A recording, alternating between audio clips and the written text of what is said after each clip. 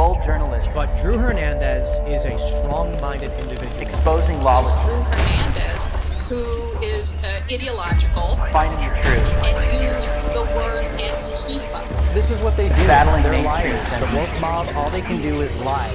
These are the front lines.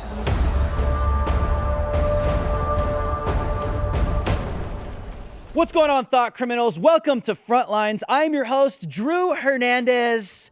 Elon derangement syndrome. EDS, we got to talk about this because we're seeing celebrities like Alyssa Milano losing her mind on The View, literally admitting she has to go to therapy, admitting on The View on live TV that she has to go to therapy because Elon has taken over Twitter and he's giving free speech back to individuals, but she can't handle it.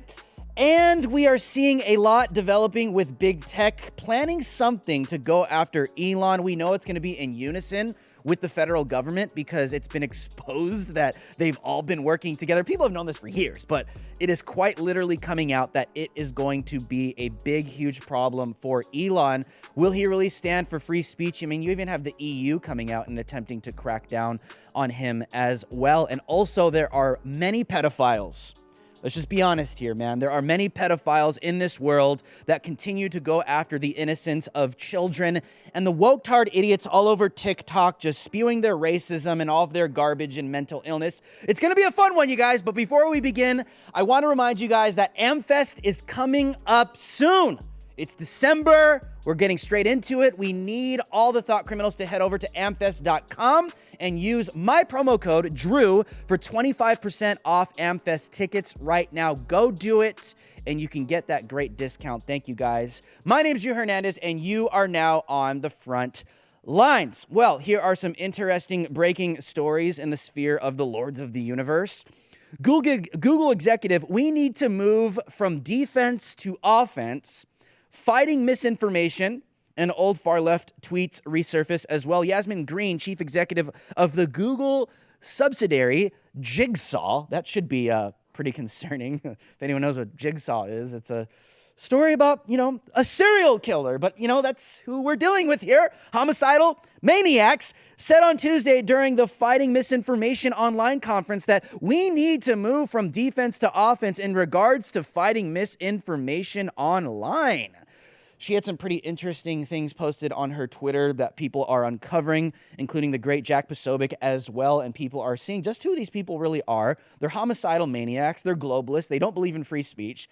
They sit there and say democracy and democracy, but the moment someone actually kind of presents a form of democracy or a constitutional republic, someone that's actually for free speech, that gives it to their political opponents, the tyrants in them come out even more.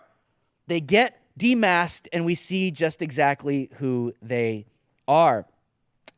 In other news, the Post-Millennial is reporting that Google and YouTube are spending millions to launch global fact-check fund. On Tuesday, Google and YouTube announced that they will be providing a $13.2 million grant to the nonprofit Poynter Institute's International Fact-Checking Network. It's probably just like a bunch of woke people with like discolored hair, blue hair and pink hair and all this totally mentally ill. Probably a bunch of dudes that think they're women. The international fact checkers. Oh God, give me a break. With a goal of launching a new global fact check fund set to launch in early 2023. Oh, I wonder why they're doing that. Because they've lost control of Twitter. And Elon has pretty much opened the floodgates to free speech as of right now. You know that I've been very critical of him, and I'm going to hold him accountable, as we should hold anybody in power accountable, especially when they're claiming to be free speech and wanting to promote the digital public town square. But they are shifting gears. They're getting ready to come after him because they're allowing people, they're allowing populists, conservatives, they're allowing right-wingers, anyone that disagrees with the regime to have a voice again on Twitter, to call them out. And then the world's going to really see just how much of a minority they really are, and they can't have that because they're propagandists and they need the public to believe that they are in full control and that they're the majority and that we're the minority. That is actually going to change very quickly in terms of social media, because it looks like Twitter is going to be the wild, wild west again as of right now. Well, if you don't believe that these people are really going to go after Elon, here's breaking news as of today. The EU is warning Elon Musk that Twitter faces a ban over content moderation.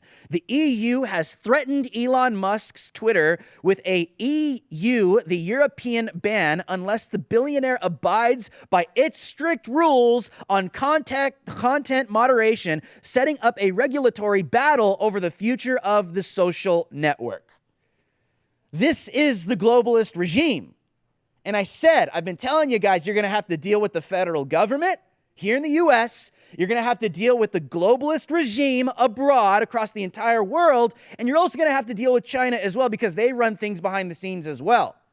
They've been launching bot campaigns to hide all of the images and viral videos coming out of the CCP destroying their own people, welding citizens in apartment buildings, and the building lighting on fire and the people dying and crying as they watch. The CCP has been launching campaigns on social media, on Twitter, just pumping pornography bots all over Twitter accounts, trying to hide and flood out these videos so the world can't see.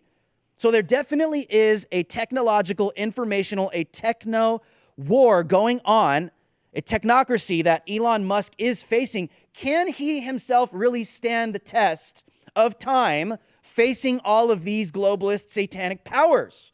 I don't know. I really don't know if he can. If he can, he might stand a chance because he's a multi-billionaire and he has a shot, but will he really be able to stand against these global tyrants that are going against one thing? It's the freedom of speech, it's the spirit of freedom and humanity, and it is the spirit of tyranny coming up against that, and they are losing power. We will see where Elon lands, but I'll tell you this, okay? We've been witnessing for years a little thing called TDS, right? Trump Derangement Syndrome. We're seeing the same thing with Elon. Elon Derangement Syndrome is real, ladies and gentlemen. Let's just be honest here, okay? It is absolutely real. We saw it when President Trump came back to Twitter. All these people just like literally flooded and were jumping off of the building. They were just leaving the platform, calling themselves refugees, going to alternative platforms, couldn't handle it, right? Well, here's the epitome. Alyssa Milano was on The View, literally admitting that she has to go to therapy now because Elon is now in charge of Twitter. Here's a little clip that I put together for you guys. Kind of I'm so annoyed with all of these billionaires. Okay. You buy Twitter to destroy it. Yeah. For $40 billion, right? Well, why don't you cry about $40 it? billion.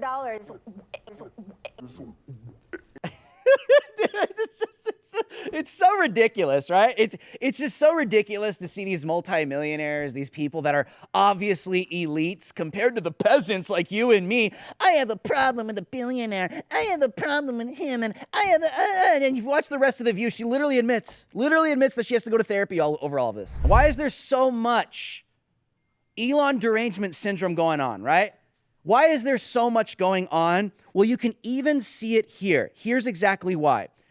Elon has publicly come out and stated and exposed that Twitter has interfered in elections, says Elon Musk. In response to a report from Reuters about Twitter's move to free speech under Musk, he replied that the obvious reality, as longtime users know, is that Twitter has failed in trust and safety for a very long time and has interfered in elections. Twitter 2.0 will be far more effective, transparent, and even-handed. Okay? Ian Miles Chong was on the show a couple months ago, and we were talking about the development if Elon were to come and take this platform. And I want to give credit to where credit is due. Ian said that Elon is not only purchasing Twitter, he's purchasing their secrets. And they know this. And we are seeing in real time. These people know what they've been hiding. They know what they've been doing. They know exactly with the algorithms, being in cahoots with the federal government. Jack Dorsey claiming that, we just want to have free speech. We're trying to be like totally unbiased here. But like, it's all a lie. It was all a lie. Everything that they've been doing is going to be uncovered because eventually the truth will be revealed. It absolutely will be revealed. Well, Governor Ron DeSantis had some pretty based words to say towards Apple, because Apple has been threatening to apparently take Twitter out of the App Store or it's appearing so, because, I mean, they did it to Parler. Here's what Governor DeSantis had to say. Very concerning. And then when you also hear reports that Apple is threatening to remove Twitter from the App Store because Elon Musk is actually opening it up for free speech and is restoring a lot of accounts that were unfairly and illegitimately suspended for putting out accurate information about COVID. That's like one of the main things that's being reinstated. So many things these experts were wrong at, and you had people on Twitter that were calling that out. And Twitter, the old regime in Twitter, their response was to try to just suffocate the dissent.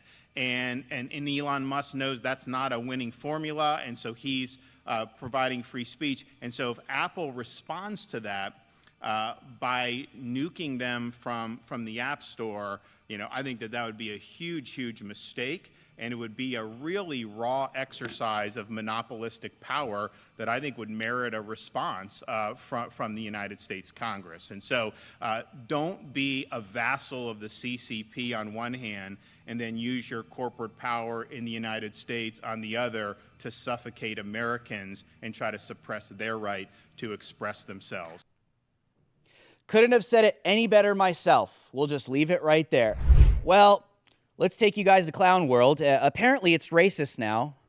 A professor at UC San Diego says she automatically gives all students A's because she wants to decolonize her classroom. I guess grading is a form of colonization, and it's racist. Listen. What's up, y'all? Dr. Purity here, and I'm going to talk to you a bit about how to decolonize a classroom and how I decolonize my teaching. So, first things first, we do not grade over here, okay? Anyone who takes my class automatically gets an A. They're told in the first week that they're going to get an A. The only thing that's required is attendance, and I have weeks of excused absences built in so that if people are sick or they have family obligations, it won't affect their grade. So since I'm not grading them, I'm just giving them A's. Like, how do I know that they're doing anything? And how do I know that they're learning anything? And so I also don't give homework. Surprise, surprise. And I run a discussion style classroom. So my students and I have equal part when it comes to bringing information to the table. We all sit together and share what we're talking about. And they get to use their critical thinking skills to apply the things they've learned in all their other classes.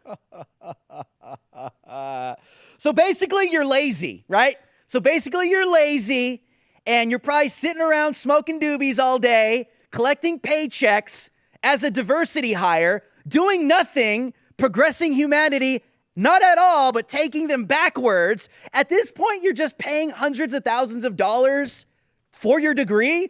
So you just show up and do nothing and be lectured by some idiot, lazy, woke diversity hire. And it's as easy as that, I guess, just totally dumbing down the American future. It's just so crazy, bro. Like, when these millennials get into power, man, we're gonna have some serious problems, dude. We're gonna have some serious problems. This is why Turning Point is so essential.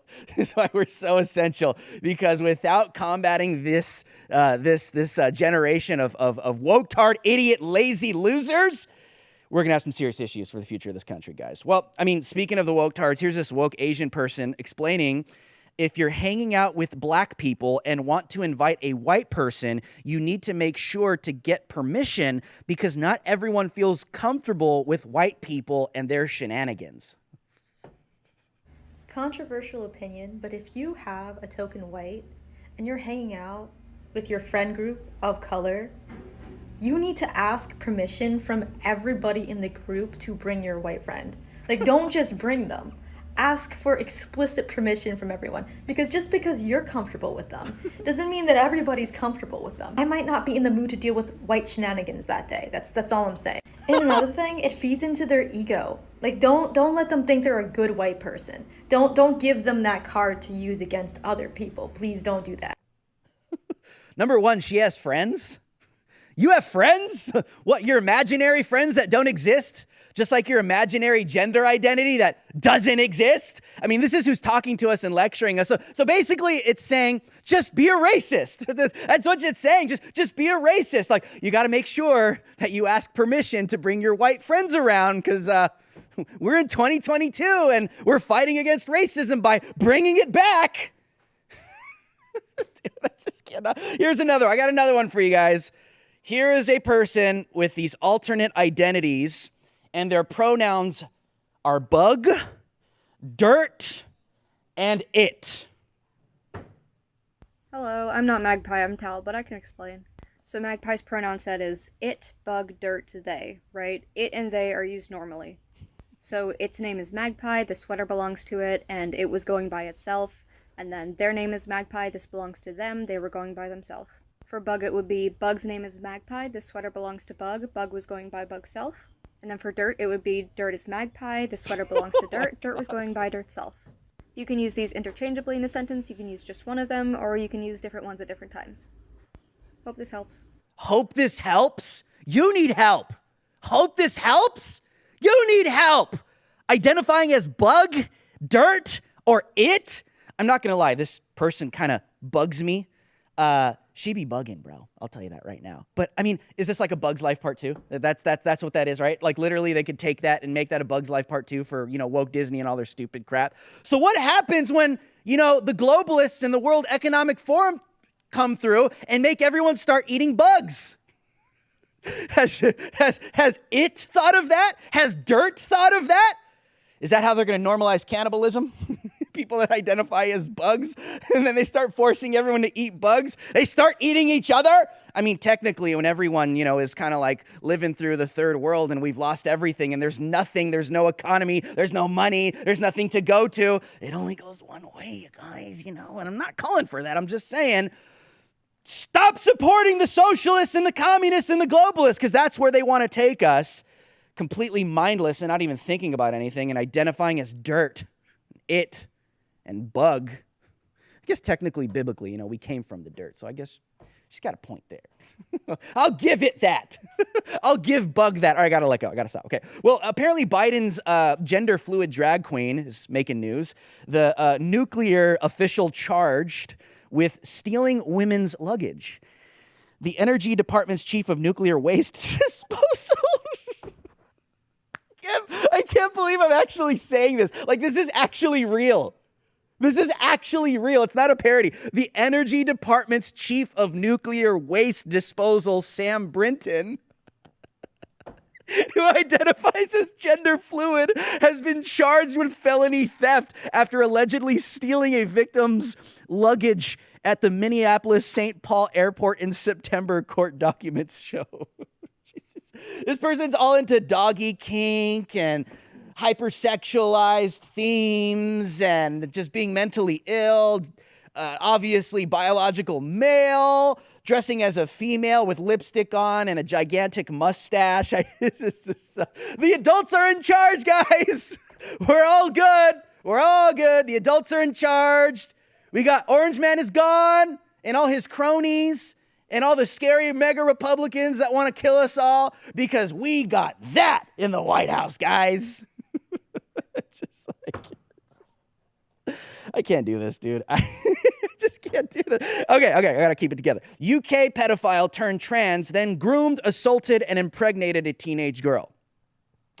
A pedophile named David Orton adopted a transgender identity and was consequently able to befriend, groom, sexually assault, and impregnate a 14-year-old girl in England. But trans lives matter. Trans lives matter. We can't call it out because they're trans.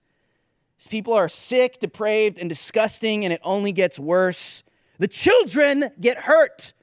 The children get violated in the midst of this all.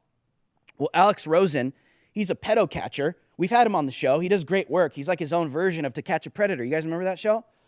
Well, he does his own thing on YouTube, and he does amazing work. He catches these people. He catches them online and then confronts them in person. If you haven't seen his YouTube stuff, you should. He caught one, and it was a pedophile admitting to contacting 30 minors online, watching child exploitation videos after caught in sting operation. The guy literally admits to watching child pornography and literally fishing for little kids online, particularly the LGBT community. I think we have 2 videos here. Let's run both of them back to back with Alex's catch of this pedo. 14, 15-year-old girl. How many, like, basically young girls, maybe around Emily's age, did you help out online? I mean, count the LGBT community, it all comes in with the amount of people I've helped. Yeah. So. Yeah, so you think maybe around like 20 to 30? Yeah. Oh, awesome. And that's like boys and girls? Yeah. Okay, awesome. Have you come across any trans kids? I've come across a few and stuff. I don't have any on my Facebook now. Yeah. Because after a while I stopped talking to people because they stopped talking to me. Sure. I take them off my Facebook, but like I've talked to a lot of people online and helped them out. And that is great. Great. That's amazing. This is kind of what I want to do. I want to help people. I mean, it doesn't matter if it's the LGBT community or people that have been accused of like sexual assault, minor. Like I just want to help people. That's awesome. And if it means like going and doing what I did. Pedophile.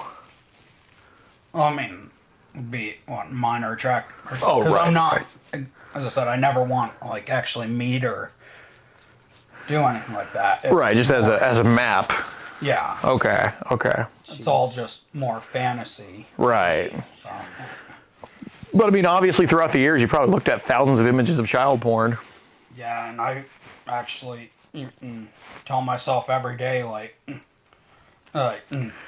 it's wrong, but like I don't know how to stop myself. You see, when you normalize sexual immorality in a society, that's where it goes. That's exactly where it goes, ladies and gentlemen.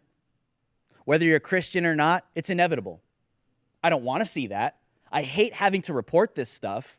It's not like I sit here and I love it. No, I hate it because I know that there are children, real children, that are getting caught in the crosshairs, and we have stupid society, woke society, trying to normalize all of this sexual immorality everywhere you look, to the point where they normalize MAPS, minor attracted people. We feel sorry for the pedophiles. We feel sorry for them. It's just a sexual identity. It's a sickness. No, it's evil. It's depraved and it's disgusting. And then you get a guy like that that's sitting there on his couch saying, oh no, I'm not a pedophile. I'm just a minor attracted person because I heard on the internet that it's a sickness and to be a minor attracted person is not a pedophile. So I could just fantasize about having sex with children all day long because it's normal and the LGBTQ community's gonna protect me. It's disgusting, ladies and gentlemen. Never tolerate sin. Because when you do, things go south. Look where we are. Put God first. My name is Hernandez. These are the front lines, and I'll see you guys on the next one. We must play offense. Game on. You expect the rest of the world to live in La La Land. We're not. We've been saying these things from day one. Our solemn vow to you, be good, be brief, be gone. You might find yourself changing your opinion on things you've never even thought twice about. That really sets America apart. You are not ready for season 2. This is Reloaded. My life tale and my truth has been to fight socialism. Are you familiar with structural racism? Yeah, it's a myth.